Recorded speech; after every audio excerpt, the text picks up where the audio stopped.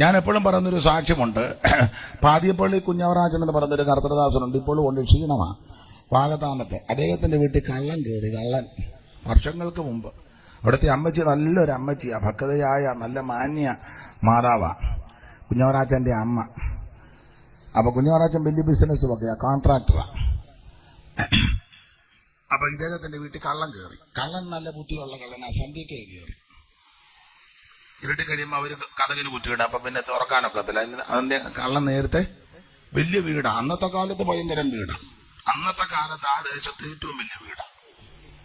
ഇഷ്ടം പോലെ മുറികളും വാതിലുകളും ഒക്കെ. അപ്പം പലരും അവിടെ വരുമല്ലോ, ബിസിനസിനോട് ബന്ധപ്പെട്ടും കോൺട്രാക്ടറോട് ബന്ധപ്പെട്ടും സഭയൊക്കെ. അപ്പം പലരും വന്നപ്പം അങ്ങോട്ടും ഇങ്ങോട്ടും ആൾക്കാരൊക്കെ നടക്കും. അപ്പം ഒരുത്തൻ അങ്ങോട്ട് കയറിപ്പോയി വീട്ടിൽ വന്നവരായിരിക്കുമെന്ന് എല്ലാവരും കരുതി. അവൻ കള്ളനായിരുന്നു. അവൻ നേരത്തെ കയറി പാത്തിരുന്നു. അങ്ങനെ പാത്തിരുന്ന് കഴിഞ്ഞപ്പോൾ കുഞ്ഞാറാച്ചനും കുടുംബവും അറിയുന്നില്ല, അമ്മണിമാമയെ അറിയുന്നില്ല.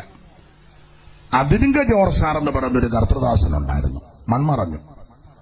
അതിരിങ്ക ജോർജ് സാർ ഭയങ്കര കൃപയുള്ള കർത്തൃദാസനാണ്. അനേകം പ്രാർത്ഥിച്ചുകൊണ്ടിരുന്നപ്പോൾ ദൈവം ദർശനം കൊടുത്തു. കുഞ്ഞാറാച്ചന്റെ വീട്ടിൽ കള്ളം കയറുന്നു. പ്രാർത്ഥിച്ചുകൊണ്ടിരുന്നപ്പോ കണ്ടെന്ന്. നിങ്ങൾക്ക് ആർക്കും വിശ്വാസമില്ല. കണ്ടു. കള്ളം കയറി പോകുന്നതും ഇരിക്കുന്ന സ്ഥലവും ജോർജ് സാർ വെളിപ്പാട് കണ്ടു. പുള്ളിക്ക കൊച്ചായൻ എന്ന് പറയുന്ന കർത്തദാസനും മക്രോണി ഷൗമേലി ചായനും പറഞ്ഞു കേട്ടതാ. അവരെയും കൂട്ടിക്കൊണ്ട് അംബാസിഡർ കാറിൽ കുഞ്ഞവറാച്ചന്റെ വീട്ടിൽ വന്നു. അയ്യോ സാറേ, വിളിക്കാതെ എന്നാ വന്ന്, എന്നാ കാര്യം, ആരുണ്ടകത്ത്? എന്നെ ആൾക്കാരുണ്ട്, ഇങ്ങോട്ടിറങ്ങ. അപ്പൊ പുളിക്ക കൊച്ചായൻ നല്ല അഭ്യാസമൊക്കെ പഠിച്ച ആളാ, വിശ്വാസത്തിൽ വന്നു, കായവില ഉള്ള ആളാ. അപ്പൊ പുള്ളി ചോദിച്ചെന്നാ പറഞ്ഞ, ജോർജ് സാറേ എവിടാ ഇരിക്കുന്നെന്ന്. വെളിപ്പാട് കണ്ടത് ജോർജിനില്ലേ?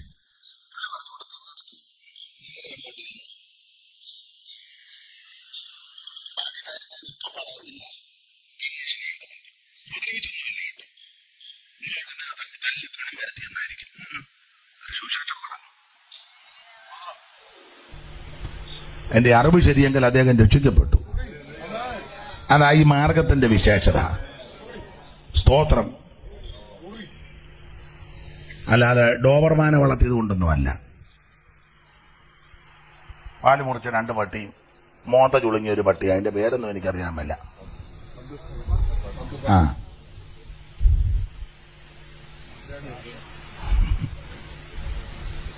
കണ്ടിട്ടില്ലേ? എത്ര ഈയിടെ ഞാൻ അങ്ങാടി ചെന്നപ്പോ ഇങ്ങനെ നിൽക്കുന്നുണ്ട്. ഇവിടെ നിന്റെ വീട്ടിൽ ദൈവം ദൂതനെ ഇറക്കുമെന്നായി പറഞ്ഞത്. നിന്റെ സഭയ്ക്ക് ചുറ്റും ദൈവം ദൂതനെ ഇറക്കുമെന്ന്. നീ പാർക്കുന്നിടത്ത് ദൈവം ദൈവദൂതനെ ഇറക്കുമെന്ന്. ദൈവദൂതൻ ഇറങ്ങിയാൽ ഒരു ദൂതൻ ഇറങ്ങി 1,85,000 അടിച്ച് ശരിയാക്കി. ഈ ടൈപ്പ് ദൂതനാ നിനക്ക് വേണ്ടി ഇറങ്ങുന്നത്. എന്താ പട്ടിയുടെ വേണ്ട പാക്കോ? പാക്ക് വന്നാ 1,85,000 അടിക്കുവോ? സ്വോത്രം. പട്ടിയെ അവൻ അടിച്ച് ശരിയാക്കും. നിനക്ക് പട്ടി വേണോ ദൂതൻ വേണോ എന്ന് ഇന്ന് രാത്രി തീരുമാനിക്കണം. നാളൊരുത്തം പറഞ്ഞ് പട്ടിയും ദൂതനും വേണമെന്ന്. രണ്ടുകൂടെ ഒക്കുകയല്ല, രണ്ടുകൂടെ ഒക്കത്തില്ല. ദൈവത്തിന്റെ മഹത്വം. നിനക്ക് ദൂതൻ ദൈവം ഇറക്കും. ലൂക്കോസിന്റെ സുവിശേഷത്തിൽ വായിക്കുന്നത് ശക്തിയും ബലവുമേറിയ ദൈവദൂതന്മാർ. പ്രാർത്ഥിക്കുന്ന ആരാധിക്കുന്ന ദൈവത്തിന്റെ പൈതലിന് വേണ്ടി ദൈവം ദൂതനെ ഇറക്കും. ദൈവത്തിന്റെ രഥങ്ങൾ 1000 കോടിയാ. അയ്യോ, എല്ലാവർക്കും കൂടെ ദൈവം ദൂതനെ വിടും. അതിനു വേണ്ട ദൂതനുണ്ടോ? അയ്യോ ഉണ്ട്. കോടി ദൂതന്മാരാ.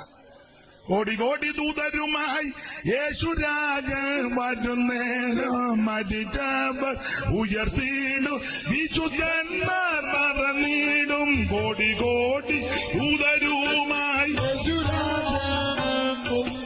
മരിച്ചവർ ഉയർത്തിയിടും, വിശുദ്ധന്മാർ മറന്നിടും. വാക്കുമാറാ ദൈവജനം ഓരോന്നായി നിറവേറും. വാക്കുമാറാ ദൈവജനം ഓരോന്നായി നിറവേറും. ഞാനും ചേർന്ന് ആനന്ദിക്കും എന്നെ യേശുവോടുകൂടെ. Hallelujah hallelujah.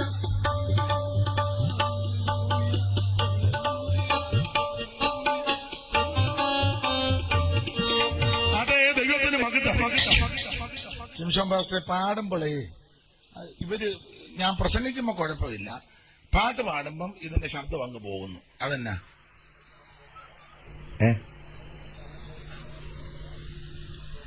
ഏത് അതിലോ? അപ്പൊ ഇവരുടെ ശബ്ദം കേൾപ്പിക്കാതിരിക്കാൻ എന്നാ മാർഗം? എന്റെ ശബ്ദമല്ലേ കേൾക്കണ്ടേ? അപ്പൊ ശ്രദ്ധിക്കുക. അതുകൊണ്ട് ഞാൻ ഒരു വരിയെ പാടുകയുള്ളൂ.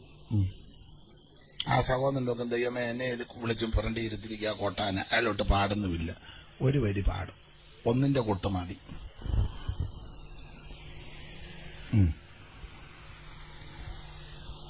ഒരു കാര്യം ദൈവമക്കളോടും കേൾക്കുന്നവരോട് പറയാം, നിനക്ക് വേണ്ടി ദൈവം ദൂതനെ ഇറക്കും. സാത്താനോട് ദൈവം പറഞ്ഞു ആട്ടെ അയ്യോവനുള്ളതെല്ലാം തോട്.